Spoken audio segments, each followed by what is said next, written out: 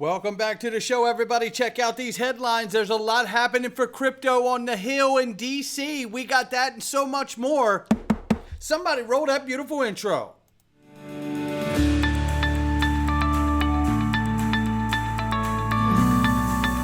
Digital Perspectives with Brad Kimes. Come on in.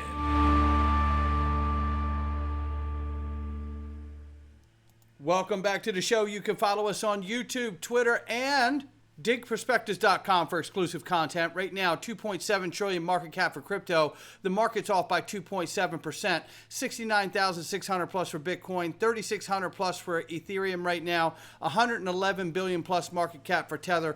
XRP at the number 8 spots, coming in at 52 cents. We're off by 2.7 in the 24. We're up by 5.5 on the 7-day. Let's look at the range of price between 53 and 55 cents. We have seen some evidence that we may be on our way to the 70-some cent range. Somebody bring it on. I'm ready for it. That's what I say. Let's go ahead and get started with this right here. And it is Link2, ladies and gentlemen. And I want to tell you about Link2 very quickly.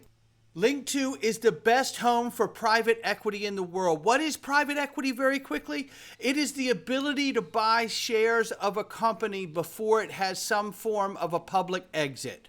And you know what? Those shares come by way of little SPVs that Link2 is able to acquire, because Link2 buys the shares of the companies you're invested in, and then you buy the SPVs from Link2. And you know what this means? Because this should bring some comfort here. That means when you win, Link2 wins. That means when you lose, Link2 loses, because they're investing right alongside of you. It is the best opportunity in the world for private equity, and it feels really good to know that someone's not selling you something just to sell it to you. What they sell you, they are also invested in holding as well, and I love knowing that. Make sure you click the link underneath the video and check out my sponsor. It's just one of the many, many reasons why you need to be signed up and registered so you can get the best private equity in the world, like Circle, Uphold.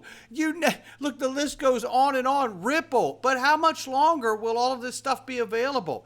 It doesn't last long. Make sure you click the link underneath the video to get started. And we start right here. Boy, you talk about a groundswell for crypto right here. Now accepting crypto and XRP. Donald Trump officially accepts Bitcoin and crypto for presidential campaign donations, ladies and gentlemen. And if you look a little closer, you can see XRP's on the list, baby.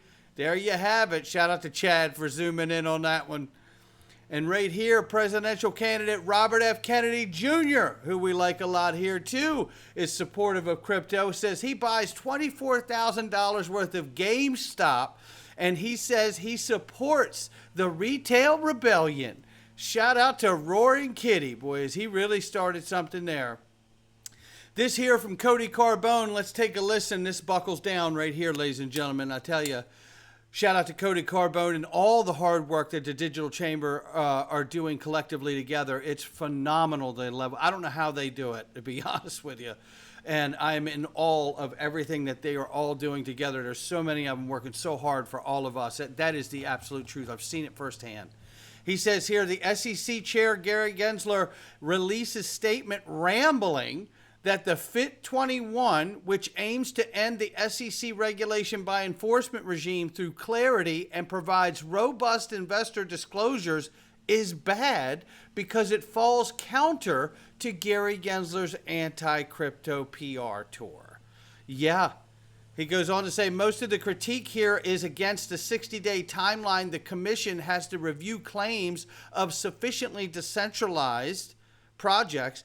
The funny, this was negotiated between the R's and D's and was actually up from 30 days in the last iteration. You know what? This Gensler guy has got to go. He's just like, he's no different than Senator Warren. She's got to go too. John Deaton for Senate.com. Listen, this is how important this is. There's a call to action here from the Digital Chamber. We need your help. The U.S. lacks clear regulations on crypto, driving innovation and jobs overseas. Other countries have surged ahead, establishing clear guidelines, leaving the U.S. behind and customers without protection. This is absolutely true.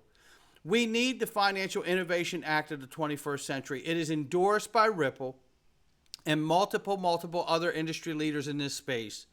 It takes less than 2 minutes. I want you to hear, this is the whole process right here, ladies and gentlemen, right? This is the whole process right here, and it could change history.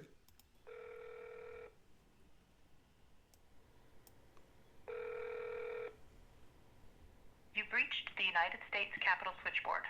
Please say the name of the senator or representative that you are trying to reach, or say I'm not sure. John Sarbanes. Connecting you to the Office of Representative, John P. Sarbanes.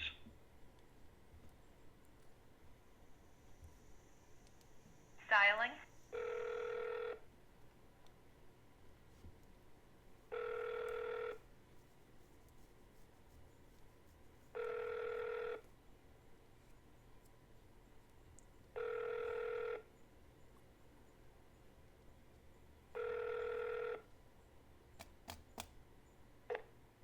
Thank you for calling the office of Congressman John Sarbanes. Our office hours are 9 to 5, Monday through Friday. If you have reached our office after hours, we welcome you to leave a message that includes your name, home address, phone number, and email. This will allow our office to respond to you as quickly as possible. Thank you again for calling the office of Congressman John Sarbanes. Have a wonderful day.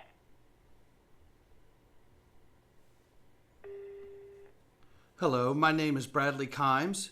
We need to vote yes for the FIT21 bill because it is going to allow America to remain a leader in this innovation race with blockchain and distributed ledger technology.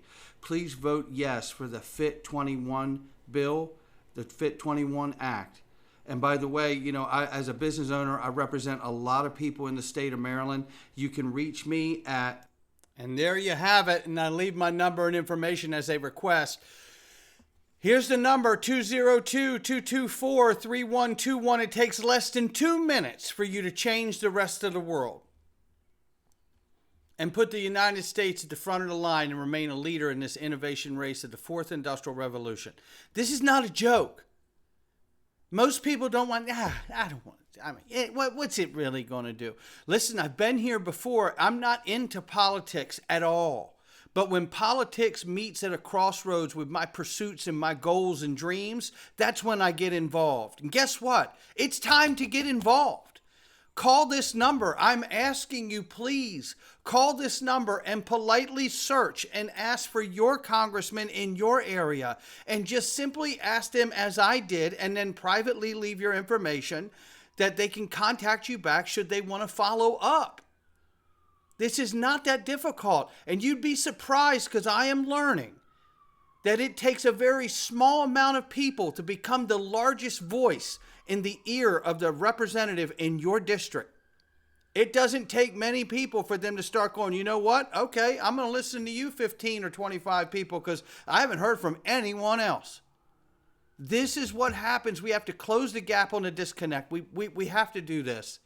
You know, I'm reminded of what James Metal Lawman Murphy said to me, and digital asset investor. And I know he won't mind sharing it because I know he said it before, and I'm going to say it again. And it was in regards to making sure we do everything we can do to help John Deaton become the next senator of Massachusetts. And it applies here too. At the end of the day, all you can do is everything you can do. That way, when the tally is in and there's no more work to be done and the window of opportunity is closed, you can sit back no matter how it falls, in your favor or without. And you can tell yourself, well, I have done everything that I can do. This here is Patrick McHenry, and let's hear from him very quickly about this. Joe Biden appointed Gary Gensler chair of the Securities and Exchange Commission, and the Senate confirmed him.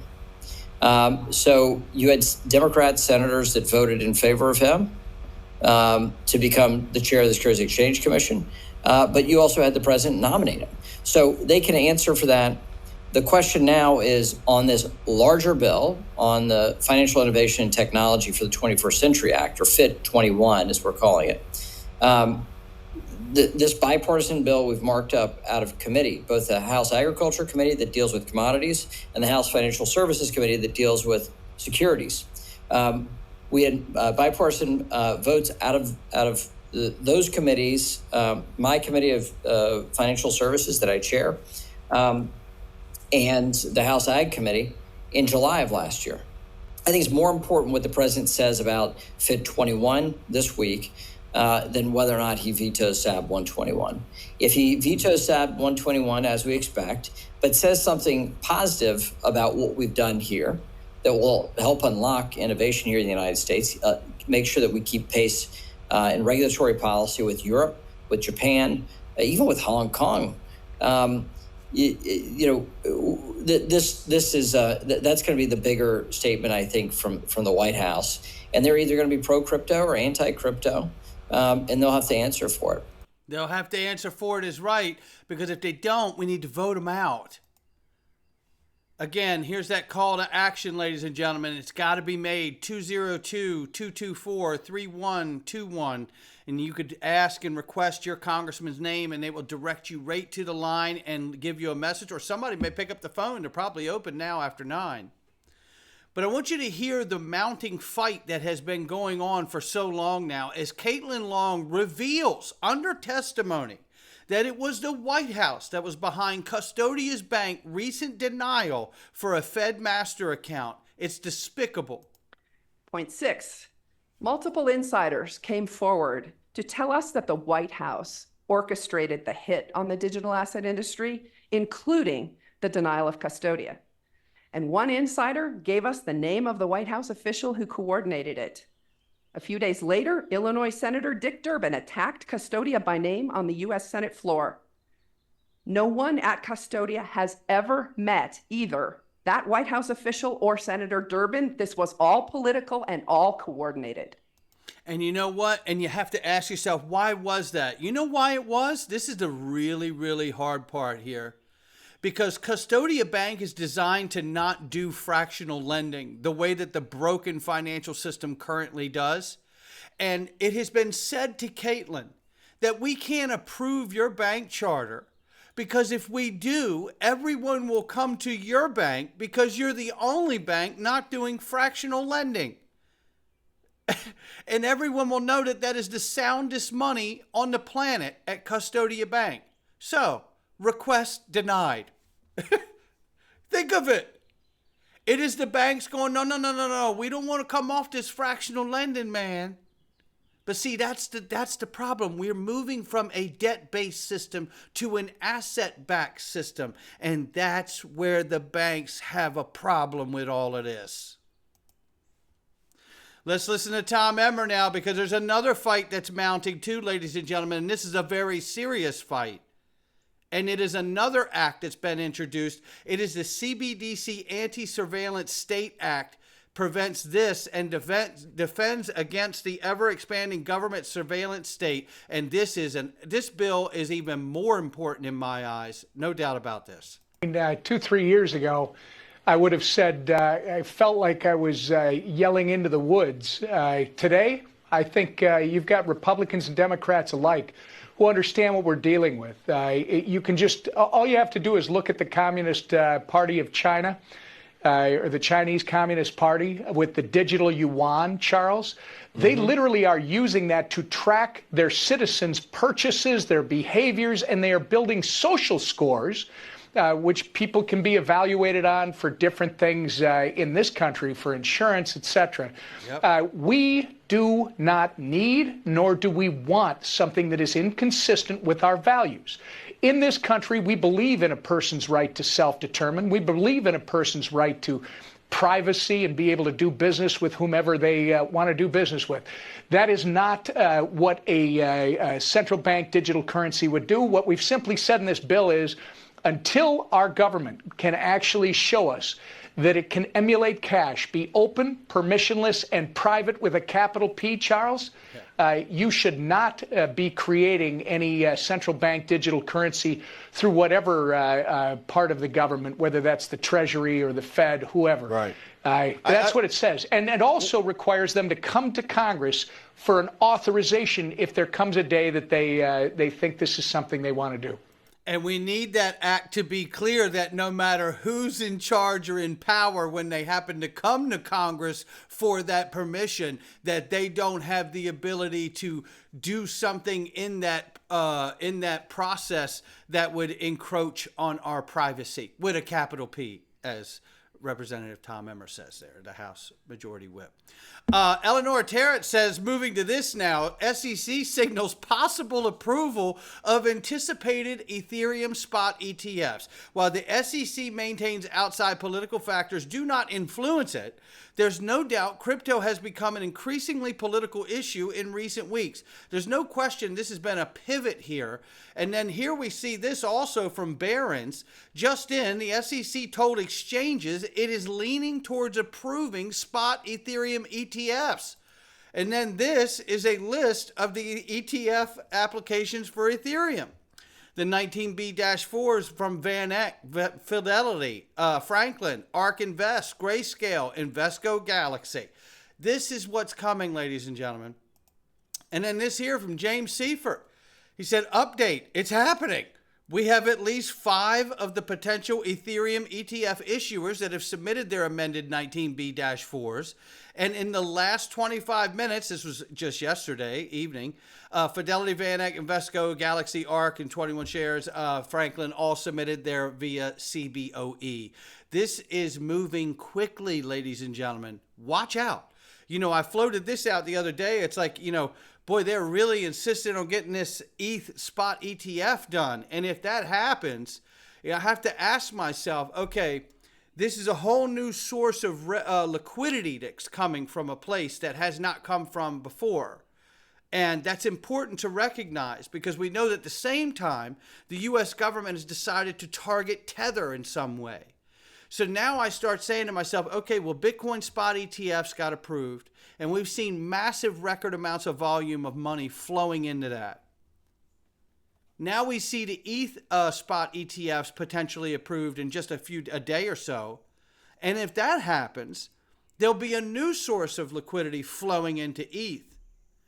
You know, what's interesting about this, and I know that those are the paper products, the ETFs, but they have to buy the asset. Now, what's interesting is if they target Tether and do something to collapse Tether or unwind it, you know, there's an insulation here from the spot ETFs for Bitcoin and Ethereum if this is the case. Because you could crash Tether and still have liquidity flowing in through the ETF. And then in the back end market, you see them buying it off the exchanges directly to custody it. But Tether's not an issue for that. They could get that done however they want on the wholesale institutional back end, OTC, for their clients to back the fund. So it just looks like a new way to bring liquidity without needing Tether. And if you wreck Tether, you could get rid of 95, 98% of this crypto space in one fell swoop, and then drive the treasuries that are in Tether right now into USDC and Ripple's new stable coin that's headed our way. It's just a thought. I don't know what happens. Now let's listen to this, talking about just a thought. The SEC versus Ripple case, ladies and gentlemen. Let's talk about the disgorgement and hear from J.W. Verrett and James Murphy here first, and then you want to hear about where this thing goes. Case, the all-important Ripple case that is coming near its end, at least in the trial court, in the U.S. District Court. What are you thinking, J.W., in terms of this very last but extremely important part, which is what are the remedies that are likely to be awarded against Ripple and in favor of the SEC? How are you looking at that? Well, we're seeing the SEC acting like a bully, and this is not unusual. There have been a number of cases where the Supreme Court has come down on the SEC's abuse of disgorgement. Profits, limited to the ability to disgorge net profits, which significantly limits their power. And yet they still ask for outsized awards well beyond the scope of what they're allowed to get from SCOTUS. Why? I don't know, because they consider it a negotiation with the judge. But But hopefully at some point a judge will, and I think maybe in this case a judge will, because the judge held for Ripple in most of the substantial allegations. I think a judge will look at it and say, that is so extraordinary as to be incredible. You're asking for $2 billion in disgorgement in a case where there's no actual fraud, and a $2 billion award, that was raised.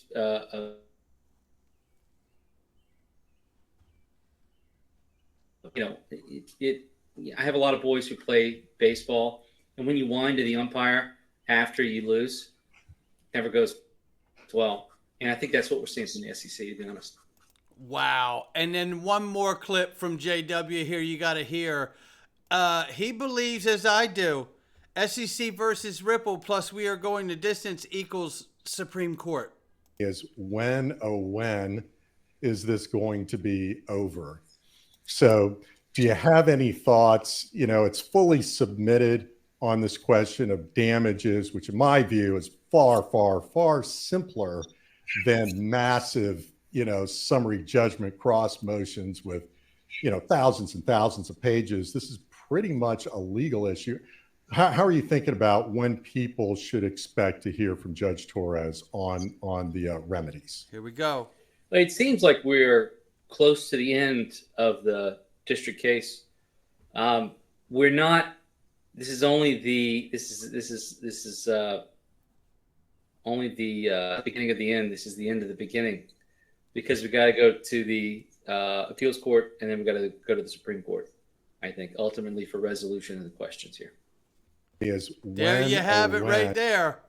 I don't know what goes on, but I believe that we got to have a legal dog leash on this new money that's being introduced to the world.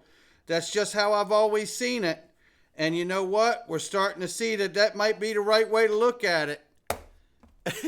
This is fascinating to me.